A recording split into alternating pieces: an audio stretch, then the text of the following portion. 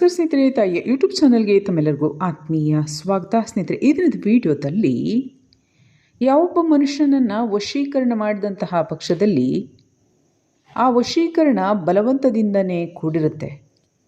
ಹಾಗಿದ್ದಾಗ ಆ ಜೀವದ ಜೊತೆಗೆ ಯಾವ ರೀತಿಯಾದಂಥ ಕರ್ಮ ಲೆಕ್ಕಾಚಾರಗಳು ಮತ್ತು ಆ ಮನುಷ್ಯನ ದೇಹದ ಜೊತೆಗೆ ಯಾವ ರೀತಿಯಾದಂತಹ ಕಾರ್ಯ ಲೆಕ್ಕಾಚಾರಗಳು ಆಧ್ಯಾತ್ಮಿಕ ರೂಪದಲ್ಲಿ ಲೆಕ್ಕಾಚಾರಕ್ಕೆ ಬರುತ್ತವೆ ಅನ್ನೋದನ್ನು ನಾವು ಈ ವಿಡಿಯೋದಲ್ಲಿ ನೋಡೋಣ.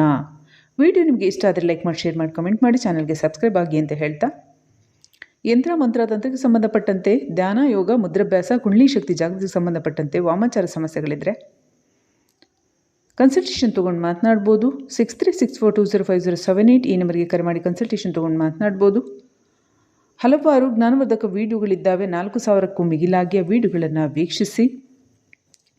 ನೆಗೆಟಿವಿಟಿ ರಿಮೂವಲ್ ಧೂಪದ ಪೌಡರ್ ಕೂಡ ಲಭ್ಯ ಇದೆ. ಲಕ್ಷ್ಮೀ ಕೃಪಾ ಪ್ರಾಪ್ತಿ ಧೂಪದ ಪೌಡರ್ ಕೂಡ ಲಭ್ಯ ಇದೆ. ಆತ್ಮಗಳ ಸಮಸ್ಯೆ, ವಾಮಾಚಾರ ಸಮಸ್ಯೆಗಳಿದ್ದರೆ ದೇಹದಲ್ಲಿದ್ದರೂ ದೇಹಕ್ಕೂ ಹಾಕೋಬೋದು, ಮನೆಗೂ ಹಾಕ್ಬೋದು. ಹಣಕಾಸಿನ ಸಂಬಂಧಪಟ್ಟಂತೆ ನಿವಾರಣೆಗೆ ಲಕ್ಷ್ಮೀ ಕೃಪಾ ಪ್ರಾಪ್ತಿ ಧೂಪದ ಪೌಡರ್ನು ಕೂಡ ನೀವು ಮನೆಗಳಲ್ಲಿ ಮತ್ತು ಅಂಗಡಿ ಸ್ಥಾನಗಳಲ್ಲಿ, ಅಂದರೆ ನೀವು ಕೆಲಸ ಮಾಡ್ತಕ್ಕಂಥ ಸ್ಥಾನಗಳಲ್ಲಿ ಬಳಸ್ಬೋದು. ಧೂಪದ ಪೌಡರ್ ಹಾಕ್ಕೊಂಡು ಅನುಕೂಲವನ್ನು ಪಡಿಬೋದು. ನೆಗೆಟಿವಿಟಿ, ದುಷ್ಟಶಕ್ತಿಗಳನ್ನು ದೂರೀಕರಿಸ್ತಕ್ಕಂತಹ ಕಾರ್ಯವನ್ನು ಮಾಡ್ತಕ್ಕಂಥದ್ದು ಸಕಾರಾತ್ಮಕತೆಯನ್ನು ಸೆಳೀತಕ್ಕಂಥ ಕಾರ್ಯ ಆಗುತ್ತೆ. ಹಾಗೆ ಹಸ್ತ ಪರಿಶೀಲನೆ ಮಾಡಿಸ್ಬೋದು, ಜಾತಕ ಪರಿಶೀಲನೆ ಮಾಡಿಸ್ಬೋದು. ಸಮಸ್ಯೆಗಳಿದ್ದಂಥ ಪಕ್ಷದಲ್ಲಿ ಅಂಥ ಸಮಸ್ಯೆಗಳ ನಿವಾರಣೆಗೆ ಮತ್ತು ಅನುಕೂಲಕ್ಕಾಗಿ ಯಂತ್ರಗಳ ರಚನೆಯನ್ನು ಮಾಡಿಸ್ಬೋದು. ಉಳ್ಕಲ್ ನೋವಿಗೆ ಸಂಬಂಧಪಟ್ಟಂಥ ಔಷಧಿ ಲಭ್ಯ ಇದೆ. ಹೊಟ್ಟೆಗೆ ಮದ್ದು ಹಾಕಿದರೆ ಅಂಥ ಸಮಸ್ಯೆ ನಿವಾರಣೆಗೆ ಔಷಧಿ ಲಭ್ಯ ಇದೆ. ಹಾಗೆಯೇ ವಿದ್ಯೆ ಕೊರತೆ ಅಥವಾ ಮರವಿನ ಸಮಸ್ಯೆ ಇದ್ದರೆ ಅಂಥ ಸಮಸ್ಯೆ ನಿವಾರಣೆಗೆ ಔಷಧಿ ಇದೆ. 6364205078 ಈ ನಂಬರ್ಗೆ ಕರೆ ಮಾಡಿ ಆರ್ಡರ್ ಮಾಡ್ಬೋದು. ಈಗ ವಿಡಿಯೋದ ವಿಚಾರಕ್ಕೆ ಬರೋಣ. ಯಾವುದೇ ಒಬ್ಬ ಮನುಷ್ಯನನ್ನು, ಅದರಲ್ಲಿ ವಿಶೇಷವಾಗಿ ಹುಡುಗಿಯರನ್ನು, ಸ್ತ್ರೀಯರನ್ನು ಮತ್ತು ಹಣ ವಿಚಾರ ಬೇರೆ, ಅದರ ವಶೀಕರಣ ಬೇರೆ, ಇನ್ನೊಂದು ಶಕ್ತಿಗಳ ವಶೀಕರಣ ಬೇರೆ. ಬದಲಿಗೆ ಹುಡುಗಿಯರನ್ನು ಅಥವಾ ಸ್ತ್ರೀಯರನ್ನು ಅಥವಾ ಪುರುಷರನ್ನು, ಹುಡುಗರನ್ನು ವಶೀಕರಣವನ್ನು ಮಾಡಿಕೊಳ್ತಕ್ಕಂತಹ ಕಾರ್ಯದಲ್ಲಿ ಕರ್ಮಗಳೇಗಿರುತ್ತೆ ನೋಡಿ. ಯಾವುದೇ ವಶೀಕರಣ ಅಂದಂಥ ಪಕ್ಷದಲ್ಲಿ ಹೆಸರೇ ಸೂಚಿಸುವಂತೆ, ವಶೀಕರಣ ಅಂದರೆ ಹೆಸರೇ ಸೂಚಿಸುವಂತೆ ಆ ಜೀವಕ್ಕೆ ಮತ್ತು ಆ ಜೀವಾತ್ಮಕ್ಕೆ ವಿರುದ್ಧವಾಗಿ ಕಾರ್ಯವನ್ನು ಮಾಡಿಸ್ತಕ್ಕಂಥದ್ದು. ಜೀವ ಮತ್ತು ಜೀವಾತ್ಮದ ಇಚ್ಛೆಗೆ ವಿರುದ್ಧವಾಗಿ ಕಾರ್ಯವನ್ನು ಮಾಡಿಸಲು ವಶೀಕರಣ ಅಂತ ಕರೀತಾರೆ. ಅಂದರೆ ಅದನ್ನು ವಶವನ್ನು ಮಾಡ್ಕೊಳ್ತಕ್ಕಂಥದ್ದು. ವಶ ಮಾಡಿಕೊಂಡು ಮತ್ತೊಬ್ಬರ ಇಷ್ಟದಂತೆ ಕಾರ್ಯವನ್ನು ಮಾಡ್ತಕ್ಕಂಥದ್ದು. ಇದರಲ್ಲಿ ಆ ಸ್ವಯಂ ಜೀವ ಮತ್ತು ಜೀವದಲ್ಲಿ ಇರ್ತಕ್ಕಂಥ ಆತ್ಮ, ಜೀವಾತ್ಮ, ಇವ ಎರಡರ ತದ್ವಿರುದ್ಧವಾಗಿ, ಇಷ್ಟಕ್ಕೆ ವಿರುದ್ಧವಾಗಿ ನಡೀತಕ್ಕಂಥ ಕಾರ್ಯಾವಳಿಯೇ ವಶೀಕರಣ. ಗಮನಿಸಿ, ನಿಮ್ಮ ಹತ್ರ ಇರ್ತಕ್ಕಂತಹ ಅಲ್ಪ ಸ್ವಲ್ಪ, ಅದು ₹1 ಅಂತ ತೊಗೊಳ್ಳಿ, ಹಿಂದೂ ಕಾಲಕ್ಕೆ ಸಂಬಂಧಪಟ್ಟಂತೆ ₹1 ಹಣ ತೊಗೊಂಡು ನನ್ನ ಹಣ ನೀನು ಹೇಗೆ ತೊಗೊಂಡೆ ಅಂತ ಕೇಳ್ತಕ್ಕಂಥ ಮನುಷ್ಯ ಎಲ್ಲರೂ ಇದ್ದಾರೆ, ಸಾಮಾನ್ಯವಾಗಿ ಕೇಳ್ತಾರೆ. ಶ್ರಮಪಟ್ಟಂಥ ಹಣ ಎಲ್ಲ ಕೇಳ್ತಾರೆ. ಯಾವುದೇ ಒಂದು ವಸ್ತುಗಳನ್ನು, ನಿಮಗೆ ಇಷ್ಟವಾದಂಥ ವಸ್ತುಗಳು ಅಂದ್ಕೊಳ್ಳಿ, ಅದನ್ನು ಯಾರಾದರೂ ನಿಮ್ಮ ಇಷ್ಟಕ್ಕೆ ವಿರುದ್ಧವಾಗಿ ತೊಗೊಂಡ್ರೂ ಕೂಡ ನೀವು ಪ್ರಶ್ನೆ ಮಾಡದೆ ಬಿಡೋದಿಲ್ಲ. ನನ್ನ ವಸ್ತುನ ನೀನು ಹೇಗೆ ತೊಗೊಂಡೆ? ಎಷ್ಟೆಷ್ಟೋ ಮನೆಗಳಲ್ಲಿ ಅಲ್ಲಿಂದ ಇಲ್ಲಿವರೆಗೆ, ಅಂದರೆ ಹಿಂದಿನ ಕಾಲದಿಂದ ಇಲ್ಲಿವರೆಗೂ ನೋಡಿದ್ರೆ ಕೋಟ್ಯಾಂತರ ಕುಟುಂಬಗಳು ಇಂತಹ ಒಂದು ವಿಷಯಗಳಲ್ಲಿ ಕಲಹಕ್ಕೆ ಒಳಗಾಗಿ, ನಷ್ಟಕ್ಕೆ ಒಳಗಾಗಿವೆ. ಅಲ್ಪ ಸ್ವಲ್ಪದ ವಸ್ತುಗಳಿಗೂ.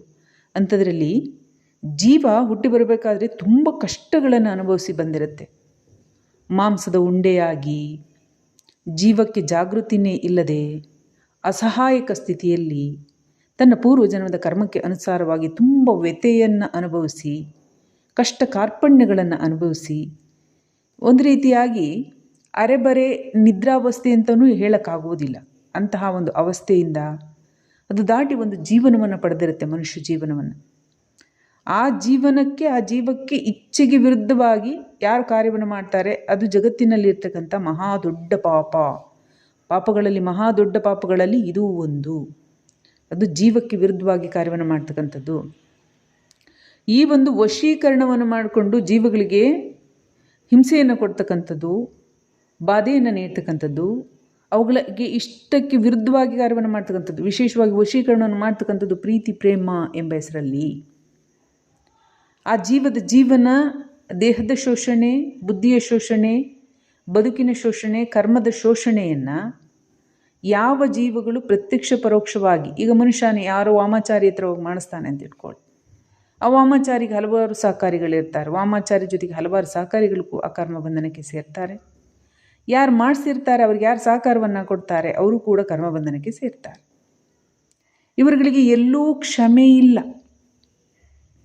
ಈಗ ಯಾವುದು ಪ್ರಾಣಿ ಪಕ್ಷಿಗಳನ್ನು ಕೊಂದು ತಿಂತಾ ಇದ್ದಾರೆ ಮನುಷ್ಯರು ಅಂತ ಹೇಳ್ತಾರೆ, ಇವ್ರಿಗೆ ಅಲ್ಲಿರ್ತಕ್ಕಂಥ ಸಿಟ್ಟೆ ಕಾರಣ.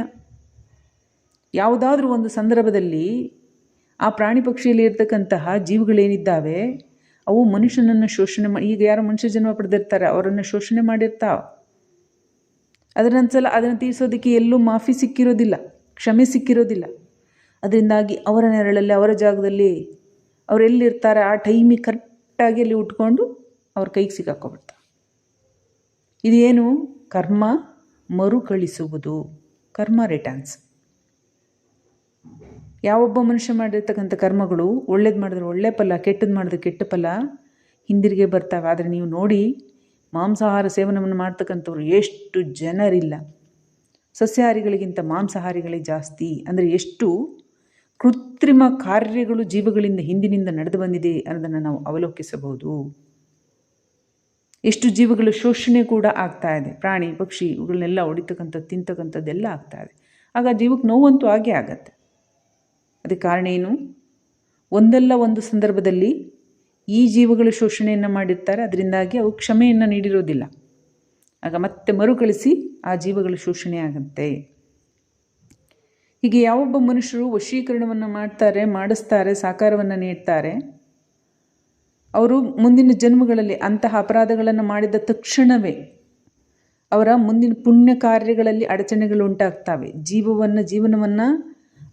ಜೀವನವನ್ನು ಮಾಡಲಿಕ್ಕೆ ಯಾವುದೇ ರೀತಿಯಾದಂಥ ಪ್ರಕೃತಿ ಸಹಾಯವನ್ನು ಮಾಡೋದಿಲ್ಲ.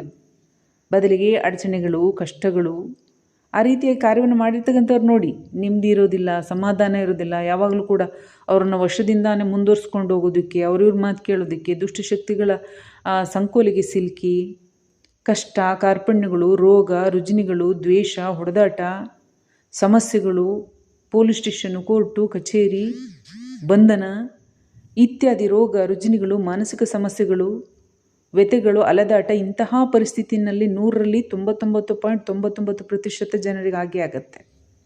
ಯಾರೋದ್ರಿಂದ ತಪ್ಪಿಸ್ಕೊಳ್ಳೋದಿಲ್ಲ. ಸುಖ ಎಂಬತಕ್ಕಂಥದ್ದು, ಸಮಾಧಾನ, ಶಾಂತಿ ಎಂಬತಕ್ಕಂಥದ್ದು ಅವರಂಥ ತಪ್ಪುಗಳನ್ನು ಮಾಡಿದ ನಂತರವೇ ಇರೋದಿಲ್ಲ. ಯಾವಾಗಲೂ ಭಯ ಆವರಿಸ್ಕೊಬಿಡುತ್ತೆ. ಜಗತ್ತಿನಲ್ಲಿ ಭಯಕ್ಕೆ ಈ ಒಳ್ಳೆ ಕರ್ಮಗಳನ್ನು ಮಾಡೋರ ಹತ್ರ ಜಾಗ ಇರೋದಿಲ್ಲ ಭಯಕ್ಕೆ. ಭಯ ಯಾರನ್ನ ಆವರಿಸ್ಕೊಳ್ಳುತ್ತೆ? ಯಾರು ತಪ್ಪು ಕೆಲಸವನ್ನು ಮಾಡ್ತಾರೆ ಅವರನ್ನು ಆವರಿಸ್ಕೊಬಿಡುತ್ತೆ. ಅದರಿಂದಾಗಿ ಅವ್ರಿಗೆ ಯಾವಾಗಲೂ ಭಯ ಭಯ ಭಯ.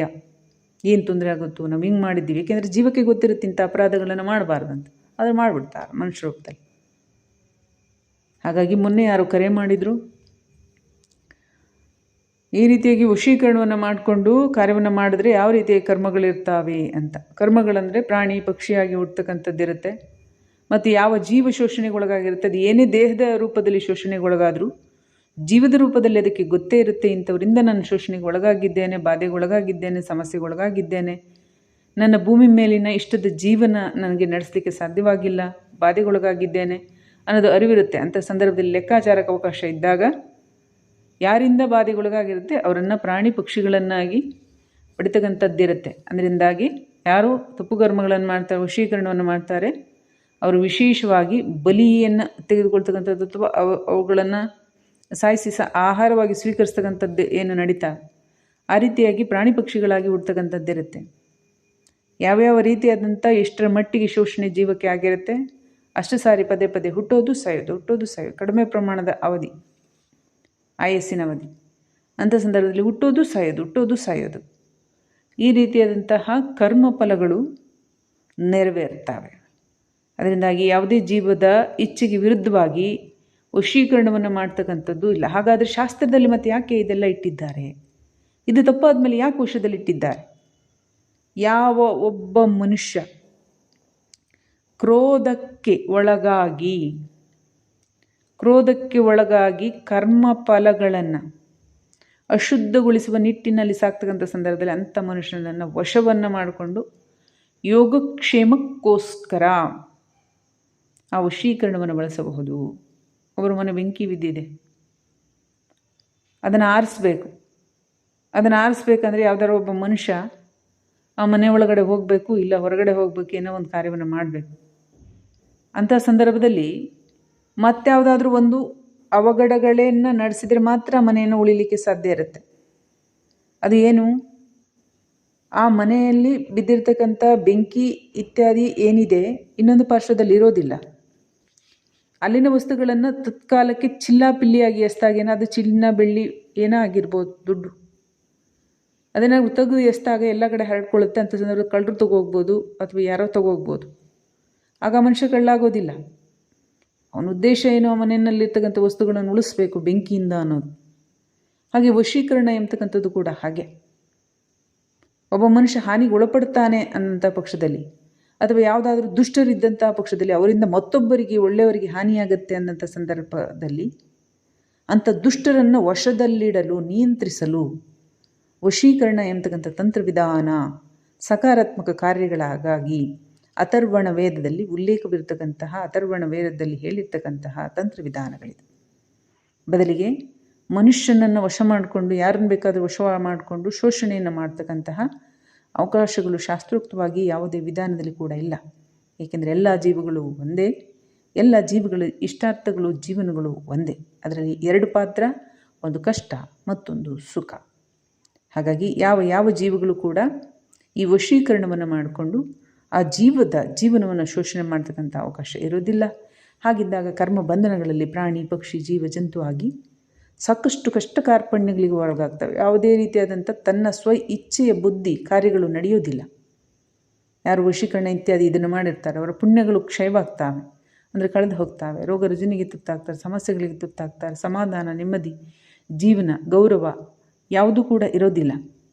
ಯಾವುದೇ ಒಬ್ಬ ಮನುಷ್ಯ ಏನೇ ಒಂದು ತಪ್ಪನ್ನು ಮಾಡಿದ್ರೂ ಅದು ತಾತ್ಕಾಲಿಕ. ಸತ್ಯ ಎಂಬತಕ್ಕಂಥದ್ದು ಇಂದಲ್ಲ ನಾಳೆ ಗೊತ್ತಾಗೇ ಆಗುತ್ತೆ. ಜೀವಗಳ ವಶೀಕರಣ ಮಾಡಿರೋದಾಗಿರ್ಬೋದು, ಬಾಧೆ ನೀಡಿರೋದಾಗಿರ್ಬೋದು, ಇಂದಲ್ಲ ನಾಳೆ ಗೊತ್ತಾಗುತ್ತೆ. ಯಾಕೆಂದರೆ ಯಾವ ಜೀವಗಳು ಕೂಡ ಈ ದೇಹ ಬಂಧನದಲ್ಲಿ ಇದ್ದಾವೆ ಹೊರತು ಬುದ್ಧಿ ಬಂಧನದಲ್ಲಿ ಏನಿಲ್ಲ, ಜ್ಞಾನ ಬಂಧನದಲ್ಲಿ ಏನಿಲ್ಲ. ಆಧ್ಯಾತ್ಮ ಎಂಬತಕ್ಕಂಥದ್ದು ಸಂಪೂರ್ಣ ಸ್ವತಂತ್ರ. ಹಾಗಾಗಿ ಯಾರು ಏನು ಮಾಡ್ತಾ ಇಲ್ಲ ಅದನ್ನು ಬಾಯಲ್ಲಿ ಹೇಳದೇ ಇದ್ರೂ ಕೂಡ ಎಲ್ಲ ಜೀವಗಳಿಗೂ, ಎಲ್ಲ ದೇಹದಲ್ಲಿರ್ತಕ್ಕಂಥ ಜೀವಗಳಿಗೂ ಗೊತ್ತಾಗ್ತಾನೇ ಇರುತ್ತೆ. ಅದರಿಂದಾಗಿ ಸತ್ಯವನ್ನು ಮುಚ್ಚಿಡಲಿಕ್ಕೆ ಆಗೋದಿಲ್ಲ. ವಶೀಕರಣವನ್ನು ಮಾಡಿಕೊಂಡು ನಾವು ಯಾರಿಗೂ ಗೊತ್ತಾಗ್ದಂಗೆ ಕಾಡಲ್ಲಿ ಹೋಗಿ ಏನೋ ಒಂದು ಮಾಡ್ಕೊಂಡು ಬಂದುಬಿಟ್ಟಿದ್ದೀವಿ ಹಾಗನ್ಕೊಂಡ್ರೆ ಇಂದಲ್ಲ ನಾಳೆ ಎಂದಾದರೂ ಗೊತ್ತಾಗೇ ಆಗತ್ತೆ. ಏಕೆಂದರೆ ವಶೀಕರಣವನ್ನು ಮಾಡ್ತಕ್ಕಂಥವನು ಕೂಡ ಜೀವ, ವಶೀಕರಣಕ್ಕೆ ಒಳಗಾಗ್ತಕ್ಕಂಥವ್ರು ಕೂಡ ಜೀವ, ವಶೀಕರಣ ಮಾಡಿಸ್ತಕ್ಕಂಥವ್ರು ಕೂಡ ಜೀವ. ಮೂರು ಜನರಿಗೂ ಕೂಡ ಇವೆಲ್ಲ ರೀತಿಯಾದಂಥ ವಿಷಯಗಳು ತಿಳಿತಕ್ಕಂತಹ ಅವಕಾಶಗಳಿದ್ದಾವೆ. ಹಾಗಾಗಿ ಆ ಘಟನೆಯನ್ನು ಕಣ್ಣಾರೆ ನೋಡ್ದಿದ್ರು, ಕಿವಿಯಾರೆ ಕೇಳ್ದಿದ್ರು, ಕೈಯಾರೆ ಮಾಡ್ದಿದ್ರು, ಬೇರೆ ಯಾವುದೇ ಮನೆಯಲ್ಲಿರ್ತಕ್ಕಂತಹ ಜನರಾಗಿರ್ಬೋದು, ದೂರದ ಪ್ರದೇಶದ ಜನರಾಗಿರ್ಬೋದು, ಆ ಜೀವಗಳಿಗೆ ಸಂಬಂಧಪಟ್ಟಂಥವರಾಗಿರ್ಬೋದು, ಯಾವ ಕಾರ್ಯಘಟ್ಟಗಳು ನಡೀತಾ ಇರ್ತವೆ ಅದು ಆ ಸಂದರ್ಭದಲ್ಲಿ ಎಷ್ಟೇ ದೂರದಲ್ಲಿದ್ದರೂ ಕೂಡ ತಿಳಿತಾವೆ. ಹಾಗಾಗಿ ಈ ಜೀವಗಳು ಯಾವ ಕಾರ್ಯವನ್ನು ಮಾಡ್ತಾ ಇದ್ದಾವೆ, ಈ ಜೀವಗಳು ಯಾವ ಕಾರ್ಯವನ್ನು ಮಾಡ್ತಿದ್ದಾವೆ ಅಂತ ಪರಸ್ಪರ ಎಲ್ಲ ಜೀವಗಳಿಗೂ ತಿಳಿದಿರುವ ಕಾರಣ ಒಂದಲ್ಲ ಒಂದು ಸಂದರ್ಭ ಅಥವಾ ಕರ್ಮಗಳು ಎಂತಕ್ಕಂಥದ್ದು ಎದುರು ಬಂದಾಗ ಆಗ ಇವರು ಇಂತಹ ಕರ್ಮವನ್ನು ಮಾಡಿದರು ಅಂತ ತಿಳಿಯುತ್ತೆ. ಅದರಲ್ಲಿ ವಿಶೇಷವಾಗಿ ಆಧ್ಯಾತ್ಮಿಕ ವಿಭಾಗದಲ್ಲಂತೂ ಮುಚ್ಚಿಡಲಿಕ್ಕೆ ಸಾಧ್ಯನೇ ಇಲ್ಲ. ಅವರ ಕರ್ಮಗಳೇ ಅವರ ಕೈಗನ್ನಡಿ, ಅವರ ಕರ್ಮಗಳೇ ಅವರ ಕನ್ನಡಿಯಲ್ಲಿ ಅವರ ಮುಖ ಕಂಡಂತೆ ಅವರಲ್ಲೇ ಎಲ್ಲ ರೆಕಾರ್ಡ್ ಆಗಿಬಿಡುತ್ತೆ.